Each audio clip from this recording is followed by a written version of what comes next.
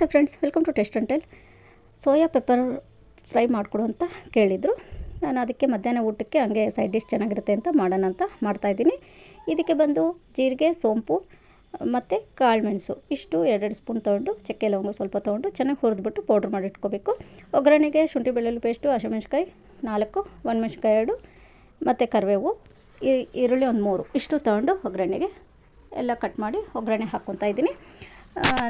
ಸ್ವಲ್ಪ ಎಣ್ಣೆ ಸ್ವಲ್ಪ ಜಾಸ್ತಿ ಹಾಕ್ಕೊಂಡು ಸೋಂಪು ಸ್ವಲ್ಪ ಹಾಕಿ ಒಗ್ಗರಣೆ ಮಾಡಿಕೊಂಡು ಈರುಳ್ಳಿ ಎಲ್ಲ ಹಾಕಿದ್ಮೇಲೆ ಚೆನ್ನಾಗಿ ಫ್ರೈ ಆದಮೇಲೆ ಒಣಮೆಣ್ಸಿಕಾಯಿ, ಹಸಿಮೆಣ್ಸಿಕಾಯಿ, ಕರಿಬೇವೆಲ್ಲ ಹಾಕಿ ಫ್ರೈ ಮಾಡ್ಕೋಬೇಕು.